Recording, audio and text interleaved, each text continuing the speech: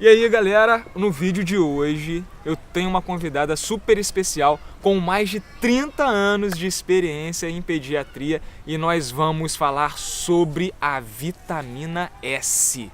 Fica aí.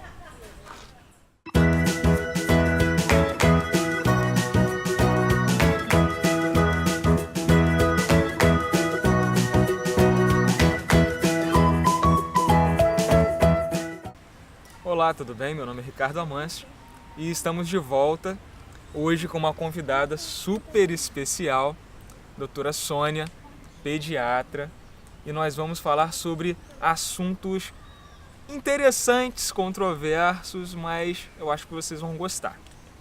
E vou começar fazendo uma pergunta para vocês entenderem sobre o que a gente vai falar. Sônia, explica pra gente. Fala pra mim, qual é a grande diferença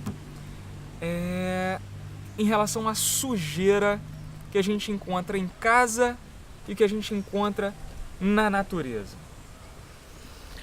Bom, Ricardo, na realidade, a gente quando orienta as mães, todo aquele processo de higiene infantil, lave as mãos antes das refeições, após ir ao banheiro, o banho diário, as unhas curtas, isso tudo são orientações de higiene que vão ser mantidas sempre para a vida toda, mas a gente precisa entender que dentro do nosso próprio ambiente é também onde estão os nossos maiores contactantes, As crianças, principalmente até 5, 6 anos de idade, elas estão muito expostas aos famosos vírus. Toda mãe detesta quando o pediatra diz que a criança tem uma virose, porque afinal de contas, o que é isso? Eu não consigo enxergar. É qualquer coisa. E trata meu filho tão mal, deixa ele tão malzinho. Mas os vírus, principalmente, eles precisam mais do ser humano para eles poderem se propagarem. Então, dentro do próprio ambiente da casa ou dos contactantes, é onde a gente encontra esses serzinhos que nos invadem a todo momento. E a sujeira doméstica, que são os ácaros, a poeira domiciliar, os resíduos de materiais de limpeza que a gente usa e principalmente os resíduos do tabaco, do cigarro, que são grandes também inimigos dentro do lar que a gente não percebe. E a gente costuma até chamar que todo mundo conhece que o fumante passivo, aquele cara que por morar dentro do ambiente que alguém fume, tem mais problemas de infecção respiratória. E a gente esquece que o tabaco ele também deposita seus resíduos. Então peraí, deixa eu entender. Peraí. Então não é só quando a pessoa está fumando perto de mim que vai fazer mal. Então assim, eu só não tenho que me preocupar só quando o meu filho está perto de um fumante com a fumaça. Então se eu for visitar uma casa de um fumante que tem esse hábito dentro de casa, mesmo se ele não estiver fumando, Sim. Eu vou estar prejudicando a criança. Sim, porque esses resíduos eles se depositam no ambiente. No chão, onde você, na almofada, na sua cama, enfim, onde tem um local, esse resíduo ele fica e a gente chama disso uma terceira mão. Uma terceira mão, a terceira via de contaminação, que é um grande número de elementos residuais que provocam também infecção respiratória e que às vezes passa invisível, porque às vezes a gente pergunta, tem alguém em casa que fuma? Não, ninguém fuma. Ou então às vezes só o avô que vai lá e fuma, vai embora, não fica, e quando fuma não fica para perto da criança, mas fuma dentro do ambiente e isso fica esse resíduo, isso também é um fator de agressão, principalmente para esse serzinho que está começando a sua vida. Já a natureza, aproveitando aqui o espaço bonito que você me trouxe para falar. Só está um pouquinho frio. A natureza isso aqui é aberto o ambiente, Os vírus eles precisam de um ser vivo para ele se reproduzir, para ele viver. Então é mais difícil num ambiente aberto, descampado, você se contaminar com essas coisas. E os resíduos de folhas, terra, isso faz parte do ser humano. Nós nascemos para ter essa energia e essa troca, entendeu? Isso não é agressivo pra gente. Então essa criança que anda descalça, cai, rala, se machuca, tudo que dentro É lógico que pode infeccionar, mas essa bactéria que vai infeccionar, na maioria das vezes, não estava nessa areia, não. Está na gente mesmo, na nossa pele, no nosso ambiente onde a gente está vivendo. Então, às vezes, faz um pouco dessa confusão, né? Então, o ambiente ar livre, a casa arejada, é o melhor espaço para a gente não ter exatamente essa preocupação toda materna. Agora, tem uma coisa que eu sempre vi, e eu mesmo cometi, hoje eu descobri que é um erro e tal. Na verdade, eu vou até tirar essa dúvida contigo se é realmente um erro ou não. Mas eu escuto muito isso dos pais, né? A criança vai... Deixa eu ver... uma folha. A criança vai, tá brincando, aí pega alguma coisa e põe na boca. Imediatamente, alguma mãe grita naquela voz histérica: tira isso da boca, menino! Como se a criança fosse morrer porque ela encostou algo na boca. Ou sua mão está imunda de terra. Isso realmente tem fundamento, toda essa preocupação? A gente, na realidade, precisa desses contatos para que a gente vá criando as nossas defesas, né? O grande problema das coisas na boca, que a gente, às vezes, enquanto pediatra, a gente até chama muita atenção, é mais pela própria ingesta da situação, né? Criança tende a colocar na boca e engolir, provar. E nem tudo a gente, né? Então a gente se surpreende com crianças que às vezes chegam lá no consultório e a mãe encontra, né, nas fezes um dia um pedaço do brinquedo, um pedaço, né, de alguma coisa que ela nem sabia que a criança tinha. Isso acontece mesmo? Muito frequentemente. Então isso gera uma certa, sim, ansiedade na mãe de não deixar que a criança leve as coisas à boca. Por outro lado, até 2 anos, a criança, eu brinco que a boca é o terceiro olho que nós temos, né? Tudo que eu quero saber qual é aquela forma, eu preciso levar a boca para conhecer. Então, esse imediatismo é ruim, porque se você nunca deixa ela ter aquela sensação, e o que acontece? A criança estende esse período de até 2 anos para 3 anos, 4 anos, porque ela não teve tempo ainda o suficiente de amadurecer como é aquilo na boca.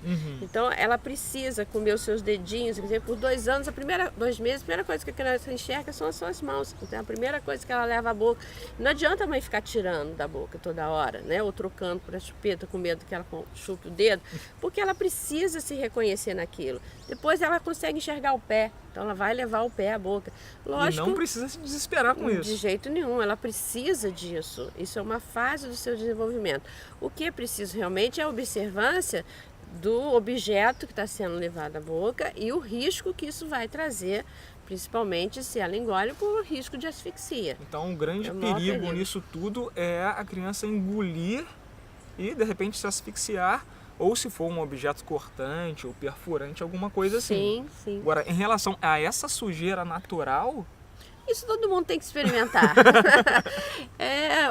Faz parte da vida de todo mundo, né? Ter experimentado, né? É muito comum a criança cutuca um tijolo, põe a boca para provar aquilo. Entendi. Isso é uma curiosidade natural. Existem perversões que já entram para o campo da patologia, mas se a gente falando de uma coisa natural, toda criança vai fazer isso. Um pouquinho de terra, provar como é que aquilo funciona, que gosto tem, né? É tão bonito. Então ela realmente tende a experimentar. E aí é que é o risco.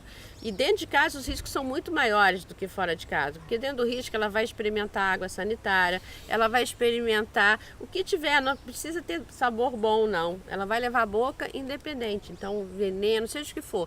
Então o risco é dentro de casa não colocar, não trocar as coisas, colocar, por exemplo, resíduos, né, de material de limpeza em vidros de Coca-Cola, que ela associa com outra coisa, né? Então esses cuidados têm que ser muito mais... Então, o grande perigo está dentro de casa. Olha só que interessante. Os principais acidentes da criança e de contaminação são dentro de ambientes ou de casa ou em ambientes fechados onde ela frequenta. E andar descalço? Isso aí é uma outra coisa que eu vejo muito acontecendo. A criança tenta tirar o tênis ou tenta tirar o chinelo para pisar e andar, e os pais imediatamente colocam o chinelo, colocam o tênis, e depois, mais tarde, até amiguinhas do meu filho, eu vejo que a criança desenvolve uma aversão a essa sujeira. A criança pisa numa areia, ela fica desesperada, tentando limpar os pés. Que tipo de prejuízo pode trazer para a criança essas atitudes de não deixar a criança tirar? Andar descalço, isso tudo é um costume, é um hábito que a família desenvolve, né?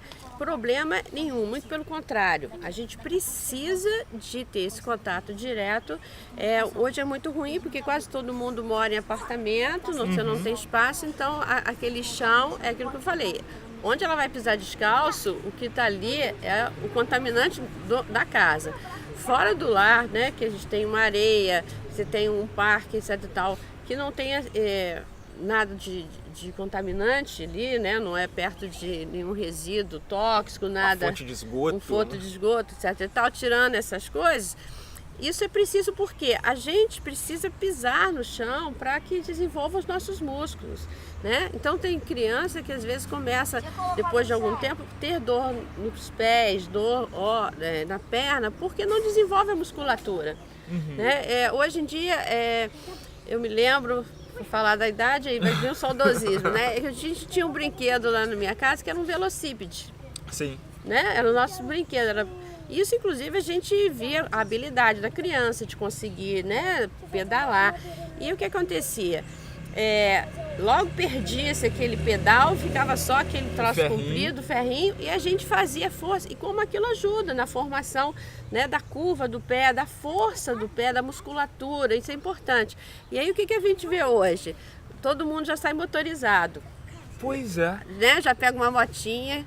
A criança vai. Quando às vezes eu vejo uma criança com velocípede, velotrol, a mãe está puxando, né? Porque a gente não dá o tempo para aquela criança fortalecer a musculatura, porque hoje a gente não tem tempo. Então a gente leva a passear no velotrol, mas a mãe que puxa. A criança não pedala. Eu vou até né? fazer Ou está motorizado eletricamente. Eu vou até fazer um comentário que isso aconteceu comigo, ó. Foi comigo, tá, gente? Eu não vou nem falar de outra pessoa, não. O errado fui eu. A gente estava levando o Matheus para passear e era domingo. Domingo. Se ligou? Domingo. Ninguém trabalha domingo. Eu não estava trabalhando domingo. Minha mulher não estava trabalhando domingo. Meu filho não trabalha. E não tinha aula. Domingo. A gente estava indo para a praça. Não, minto. A gente estava vindo para cá, pro horto, para ele brincar. Tava quente, era verão. Logo de manhã, devia ser umas 8h30, e eu peguei, na verdade foi até minha esposa, ela me pegou apressando o Matheus, vindo aqui pela Beira-Rio, vambora lá. Ricardo, você tá com pressa de quê? A gente tá passeando, a gente tá indo pro horto, sem hora pra voltar. Por que você tá correndo? Tá gerando esse estresse por quê? Mas que bom que você estava saindo para o parque, porque nos anos 70, eu recebi uma charge ontem até de uma amiga minha, que nos anos 70 a mãe, né, tinha que vir na rua, atrás do filho, puxar pelas orelhas, vão para casa que tem na hora de tomar banho, chega de jogar bola, chega de brincar na rua, chega de brincar, né? E era assim que a gente fazia. Hoje, né, 2017, a mãe tem que, pelo amor de Deus, puxar as orelhas para tirar o filho de casa. Né, para ele levar ele para a rua, para tentar tirar ele da frente do computador, da televisão, dos games, enfim. A gente, em algumas décadas, mudou toda essa postura, né? Porque a gente ia para a rua porque conhecia a criançada toda. Não tinha WhatsApp para a gente chamar, mas todo mundo ia tocando na porta das campainhas e chamando para ir para a rua. Hoje, todo mundo se conversa, mas não vai pra rua para ter essa comunicação. O engraçado é que as pessoas vêm falar comigo que existe um Não, já reparou como é que hoje tem uma invasão, para mim é uma invasão de crianças no psicólogo. Para mim isso para mim é loucura. Precisa de um psicólogo social, porque aí os pais que eu conheço sempre falam assim, mas meu filho tem problema de socialização. Aí eu pergunto para ele, quantas vezes você leva seu filho num parque onde tem outras crianças para brincar? Mas eu não tenho tempo. Não tem tempo por quê? Você trabalha domingo, trabalha sábado, você trabalha 24 horas por dia durante a semana. Não, porque hoje a vida é muito mais corrida. Quando eu era criança, tinha mais tempo. Cara, mas quantas horas tem um dia? Isso aí você tem que parar para pensar e refletir. Realmente é uma conversa muito mais demorada e longa. Vamos fazer, de repente, um outro encontro para falar Muito mais demorada disso. por questões mesmo de segurança e de diálogo mesmo. Né? A gente precisa ouvir o que a criança... Às vezes a criança quer só uma simples pergunta, né? Tipo, mãe, como eu nasci? E aí eu já fico preocupada para dizer como é que eu consegui, como é que foi o namoro, como é que foi a situação, Aliás, eu só quero saber de onde estava dentro da barriga da mamãe. Era uma resposta simples que ela precisava ouvir. Mas a gente, como hoje tem uma gama de conhecimentos, não sei se eu vou informar o meu filho de tudo que ele precisa, sabe? Então, às vezes, isso traz também muita coisa junto. Então, isso aí é uma conversa maior. Vamos deixar isso, então, de repente, para uma outra oportunidade. Sem dúvida. Né? Até porque o foco, acho que hoje, era a gente dar uma sacudida nesse pessoal que tem essa neura por manter... Lembrei. É uma pergunta que eu queria fazer, estava esquecendo. Não vou citar nomes, não vou falar nada, mas tem em uma escola, em uma cidadezinha do interior, crianças que vão para a escola com vidrinhos de álcool em gel, orientadas pelos pais a tocou alguma coisa, a criança já está desenvolvendo toque. A criança tem que lavar a mão todas as vezes. A criança vai no bebedouro, bebe água, lava a mão e passa gel, álcool em gel. Isso aí, o que acontece? Isso aí foi um resíduo, né, vamos dizer assim, quando a gente está nessa fase de surtos, né, de epidemias, de HN1, etc e tal, onde uma pessoa toca e realmente o vírus por algum tempo ele fica ali, e isso é a forma de transmissão, mas veja bem, o fato dele estar na mão, o problema é que criança leva muita mão à boca, muita mão nos olhos, isso aí vira uma fonte de contaminação. E aí ninguém quer, né, todo mundo tem a forma de se prevenir, mas são situações pontuais. Aquele período de um surto, acabou. O álcool gel, ele tem realmente um efeito importante. A gente tem que estar usando, mas não pode virar uma neuro para essa criança, essa situação, entendeu? É aquilo que eu falei, você tem que lavar a mão antes das refeições, você tem que lavar a mão após o banheiro, você tem que ter as unhas curtas, mas não precisa também dessa... É que todo mundo hoje, com essa difusão, né, do efeito do álcool gel, que tem realmente efeitos com relação a essas questões de vírus, isso se espalhou de uma forma e a gente, como tudo na vida, tem que buscar um equilíbrio. Tudo tem que buscar um equilíbrio, você precisa vou aproveitar ter esse gancho, essa situação. Vou aproveitar esse gancho. Vou perguntar sobre essa invasão farmacêutica dos produtos antibacterianos. Sabonete, shampoo, sabonete para pia. Só falta eles inventarem agora uma roupa antibacteriana para você vestir seu filho inteiro. E tem muita gente falando, eu vi já alguns vídeos de médicos e cientistas dizendo que várias bactérias superpoderosas estão tomando conta dos ambientes exatamente por causa disso, desse exagero que a indústria farmacêutica está jogando em cima, né, das pessoas, convencendo as pessoas que elas têm que eliminar e não podem ter contato com essas bactérias. Como é que você enxerga isso? Olha só, água e sabão limpa. Ponto. Mas tem que ser um sabão antibactericida? Não. Antibacteriano? Não. Por sua pessoa normal, não. Água e sabão limpo. Muito pelo contrário, muito desse sabão dito bactericida, ele tira a camada gordurosa da pele, que é uma camada de proteção que nós temos na pele. Já viu, vou dizer que tem gente que tem problema de pele porque toma banho demais. Isso é verdadeiro. Isso não é desculpa para não tomar banho, Não, viu? não é desculpa. Mas é verdade, porque a pessoa passa tanto sabão na pele, tira tanto aquela camada de proteção da pele, que ela acaba dando um problema na pele por falta de hidratação, entendeu? E aí sim facilita, com que bactérias, a gente convive com elas. Na Elas realidade, moram dentro da elas gente? moram na pele, dentro, em todos os lados.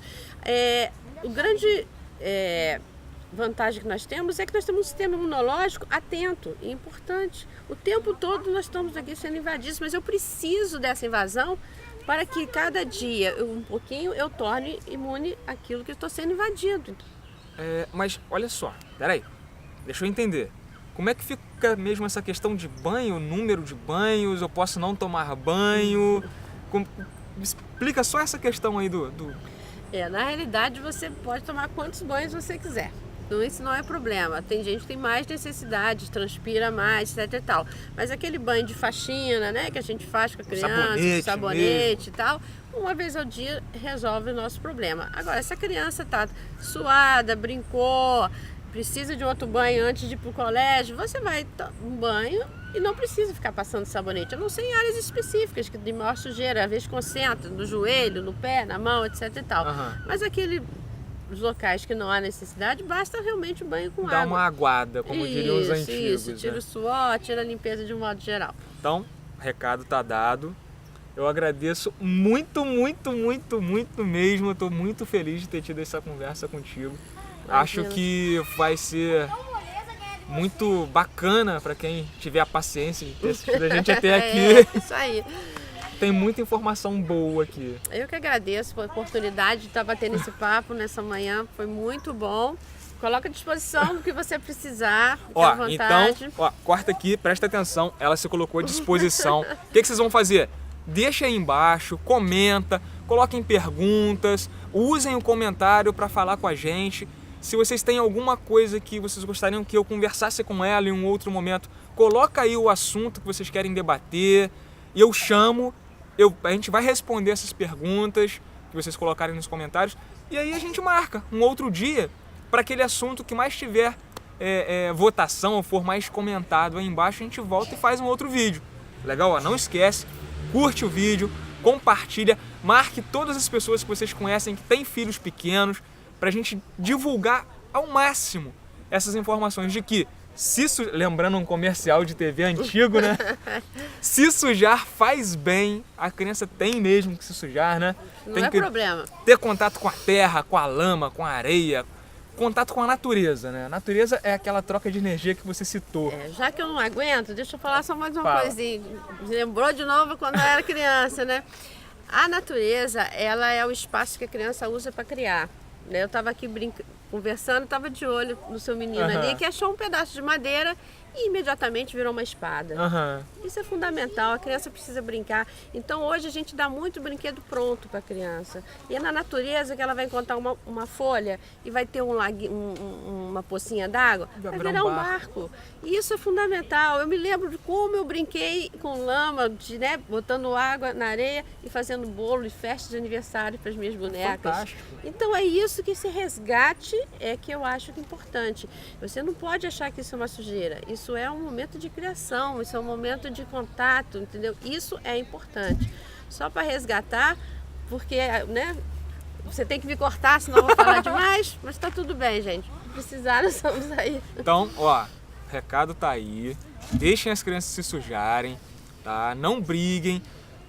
Leva para parque, é lama, é areia, é grama, é folha na boca, é sujeira pro alto. Depois, água e sabão limpa, certo? Curte, compartilha e espero vocês no próximo vídeo. Obrigado.